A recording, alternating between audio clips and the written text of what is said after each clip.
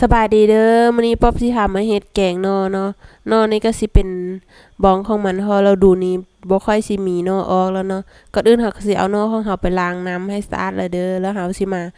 คางหม้อแล้วก็เอานอใส่แล้วเราสิมาปรุงเอาสิปรุงง่ายๆใส่เป็นนัวใส่เกลือใส่น้ำตาลเนาะแล้วสิมาเตรียมผักใส่แกงนอ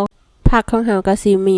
กระเจี๊ยบมะอึแล้วก็ผักพั่วเนาะแล้วก็ผักนาวหรือว่าผักชะอมคันมีให้ มีผักอันอื่นก็ใส่ได้คือกันเด้อแล้วเราก็สิมาล้างผักของเราเลยเด้อแล้วสิไปใส่แกงนอหลังจากเราล้างผักแล้วเราไปเบิ่งหม้อแล้วได้ที่แล้วเราก็สิใส่น้ำยานางไปเลยเด้อหลังจากใส่น้ำยานางฝนแล้วเราสิมาใส่ปลาแดกไปหน่อยนึงเด้อแล้วเราสิมาใส่ผักของเราที่เราล้างแล้วเราใส่ลงไปเด้อแล้วเราก็สิให้หักสุกแล้วเราก็สิใส่ชะอมหรือว่าผักนาวลงไปแล้วแกงนอของเราก็สุกแล้วเด้อมากินข้าวกับแกงนอแซ่บๆนำกัน